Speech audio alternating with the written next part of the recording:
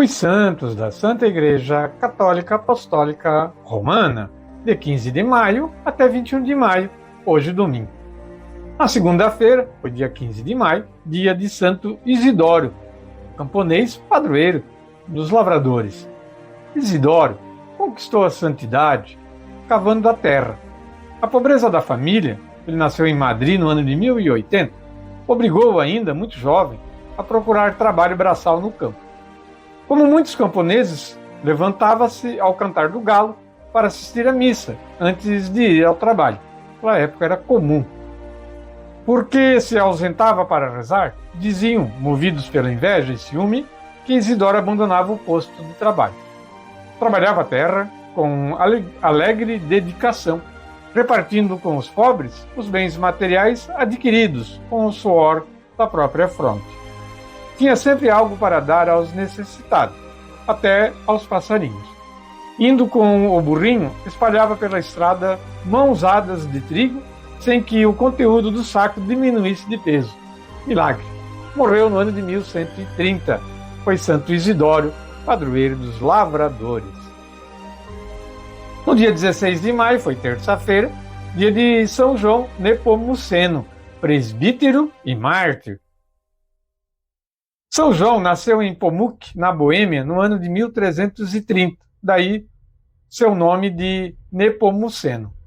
Desde os primeiros anos, sentiu forte inclinação para o sacerdócio e para isso havia destinado todos os seus estudos. Não se apresentou ao bispo senão depois de ter passado um mês em retiro e purificado a alma pela oração, jejum e mortificação. Assim que recebeu a unção sacerdotal, ordenaram-lhe fizesse valer o raro talento que tinha pela pregação. Sua fama de orador sacro conduziu-o à corte, onde ocupava os cargos de capelão e também confessor. Quanto aos fatos em si que levaram São João Nepomuceno ao martírio, ainda não são bem conhecidos e dificilmente o serão. Baseado em notícias mais antigas, João teria querido defender os direitos da Igreja contra as pretensões do rei, que desejava a constituição de um novo episcopado na Boêmia. Logo que o imperador o mandou afogar nas águas da Moldávia, à noite, para esconder do povo o crime, Deus tornou público o crime pelos milagres que cercaram o cadáver, envolto numa grande luz. Então sucederam-se depois muitos outros milagres. São João, um grande defensor da Igreja, contra as irregularidades que queriam impor nele, na sua igreja. Na quarta-feira, dia 17 de maio, dia de São Pascoal Bailon, um grande religioso. Nascido no dia de Pentecostes, em 16 de maio de 1540, em Torre Hermosa, no Reino Espanhol de Aragão, e morto nas proximidades de Valência, em Vila Real, a 17 de maio de 1592, também dia de Pentecostes. Este humilde irmão leigo, que não se julgou digno do sacerdócio, foi realmente pentecostal, isto é, favorecido extraordinariamente pelos dons do Espírito Santo, entre os quais o da sabedoria infusa. Pascoal Bailon, iletrado, passou os anos da vida religiosa exercendo a modesta função de porteiro, mas é considerado o teólogo da Eucaristia, não só pelas disputas que sustentou contra os calvinistas reformadores, protestantes, calvinistas da França, durante uma viagem sua a Paris, mas também por seus escritos, que nos deixou uma espécie de compêndio dos maiores tratados sobre esse assunto, no caso, a Eucaristia. São Pascoal Bailon, na quarta-feira.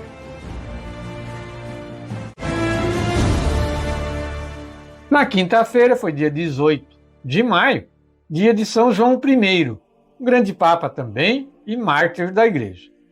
Toscano de nascimento, João sucedera o Papa Hormisda a 15 de agosto de 523. Lá pelo fim de 524, Justino publicou um edito com o qual ordenava o fechamento das igrejas arianas de Constantinopla e a exclusão dos hereges de toda a função civil e militar. Teodorico, então, obrigou o Papa João I a ir a Constantinopla para solicitar do imperador a revogação do decreto. As manifestações de atenção foram excepcionais. 15 mil saíram-lhe ao encontro com círios e cruzes, e o Papa presidiu as solenes funções do Natal e da Páscoa. Para lembrar aqui, apenas um adendo, né, que essa questão ariana, que foi uma das maiores heresias da Igreja, não tão grande como as que estamos vivendo hoje em dia, mas que causou bastante estrago, né, nesse período.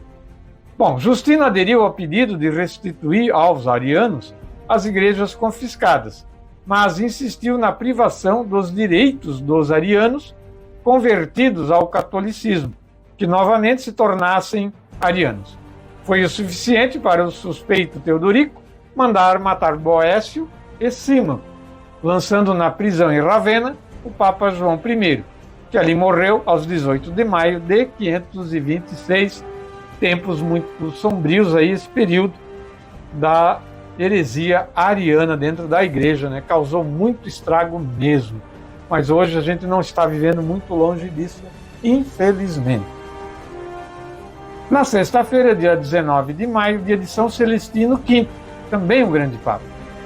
Pedro de Morrone, penúltimo de 12 filhos, de humildes camponeses de Isérnia, onde nasceu em 1215, é figura emblemática do século de grandes santos, como São Francisco de Assis e São Domingos, mas também de profundas lesões no corpo da Igreja.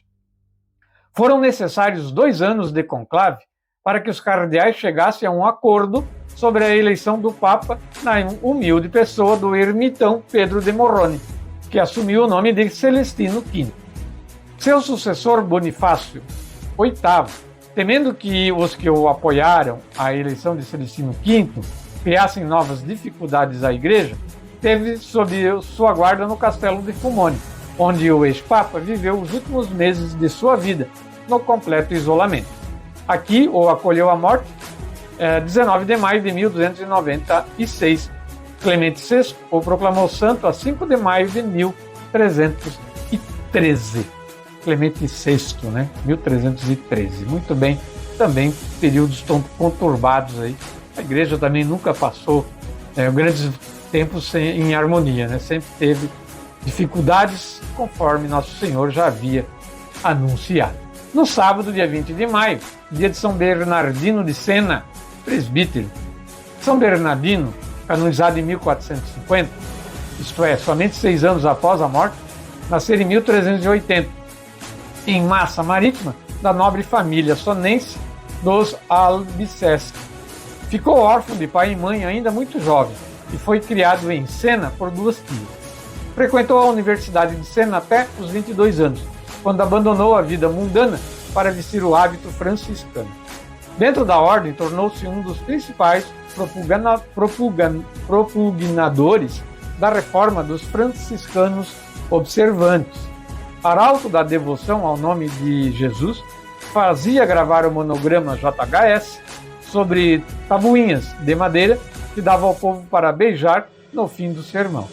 São Bernardino é o patrono dos publicitários italianos. Até depois de sua morte na cidade de Áquila, em 1444, São Bernardino continuou a sua obra de pacificação. De fato, chegou moribundo a esta cidade e não pôde fazer o curso de prédicas que tinha programado.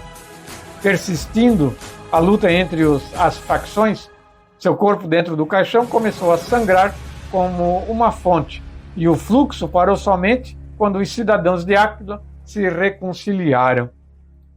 Grande santo também. E hoje, domingo, dia 21 de maio, dia de Santa Catarina de Gênova, uma religiosa. Catarina, chamada pelos contemporâneos Catarininha, nasceu em Gênova em 1447. Essa não é a Santa Catarina, né, que é padroeira aqui do estado de Santa Catarina. Essa é outra Santa Catarina, é de Gênova essa. Quando completou 16 anos de idade, seus pais deram-na como esposa ao gibelino Juliano Adorno, não obstante ela ter pedido 3 anos antes para tornar-se cônega lateranense com sua irmã Limbânia. A vida desregrada e imoral de Juliano foi um tormento para ela. Ela foi quem estimulou Heitor Vernassa a transformar a Campainha da Misericórdia em companhia e depois oratório do Divino Amor. Iniciativa que se difundiu também em Roma e em Nápoles e que teve como sócio São Caetano de Thiene e o futuro Paulo IV. Foi Papa, né? Era a realização de tudo o que escrevera no diálogo. Não se encontra caminho mais breve, nem melhor, nem mais seguro para a nossa salvação do que esta nupcial e doce veste da caridade. Portanto, cerramos com Santa Catarina de Gênova. Esses textos são do site católico Liturgia Diária das Edições Paulus, né? O Santo do Dia é uma resenha diária dos santos guardados na memória da Igreja. Histórias de mestres da vida cristã de todos os tempos, que como faróis luminosos orientam o nosso caminho. Aqui a gente traz resumido. Quem quiser e tiver interesse, procure aí, pesquise na internet o nome do santo ou os santos da Santa Igreja. Você vai encontrar muita coisa a respeito dessas pessoas tão importantes como exemplos para nós todos católicos. E vamos ouvir, para encerrar o quadro de hoje, a música, né, do Salmo da liturgia deste domingo. Por entre aclamações, Deus se elevou. O Senhor subiu ao toque da trombeta.